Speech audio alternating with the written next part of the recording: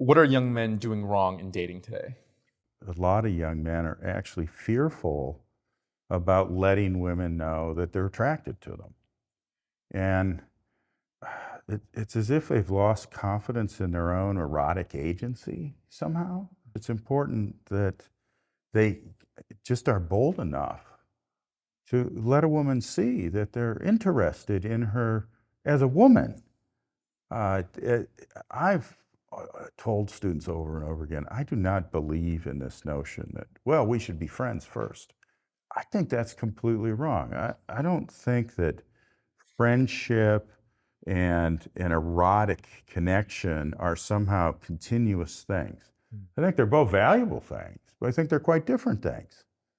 And I think that one of the things that's wrong, and it can't be wrong just with men, it must be wrong with couples. That'd be the first thing I want to emphasize. I think that young men and women of that age when their erotic sensitivity and therefore their erotic power is at its greatest, I think that seeing themselves as couples rather than seeing themselves as just men interested in women and women interested in men, but really seeing themselves as couples.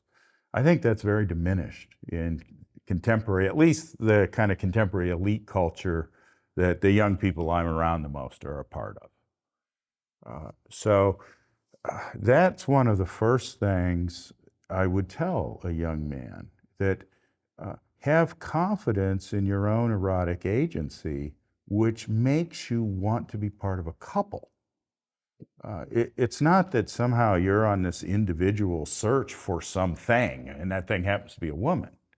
It's that you are looking for somebody else who also feels a certain sense of incompleteness about themselves, and somebody who wants to live as a couple. And I've talked to lots of young women, and I'm saying young, 22-year-olds are not young. From the point of view of falling in love and using their erotic potency to create a couple, they're not young. They're not too young. Right. How old is still young? Is 30 young? It's not. So that to me, that's part of where the energy is to let people know you're not too young. That is a fear, that they're too young. No, you're not too young. You're ready. You can feel the energy in you for this. And use that energy. You're not going to have that in the same way forever. Right. When you've been teaching for a long time, people often ask you, are your students different? And for a long, long time, I always said, nah, they're not really that much different.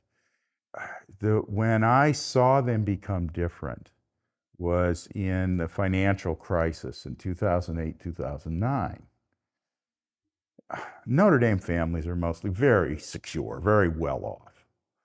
But somehow that financial downturn in 2009, it embedded an anxiety about the future that my students never really had. And now the college students who are coming to us, having caught by osmosis the anxieties of their parents about their kids' futures. Now, this was completely unreal. Notre Dame families were richer than ever, and the children's financial prospects were better than ever. But that isn't what's at the heart of agency, is it? It's your self-conception. And they were much more fearful about that. So that anxiety gets layered on top of this fearful erotic agency, the notion that there's something not quite sophisticated or elite about being a young man who, when he meets an attractive woman, thinks of her as, she might be my wife. Right. Now, I don't say that's the thing you say on the first date. Right. But even that mentality is, yes, right. Yes, that's a big thing in a human life, that's the way attraction presents itself to you. That you're finding a woman attractive or a woman finding a young man attractive that presents itself to you as tapping into something very deep in your own powers, that power to become that kind of a couple.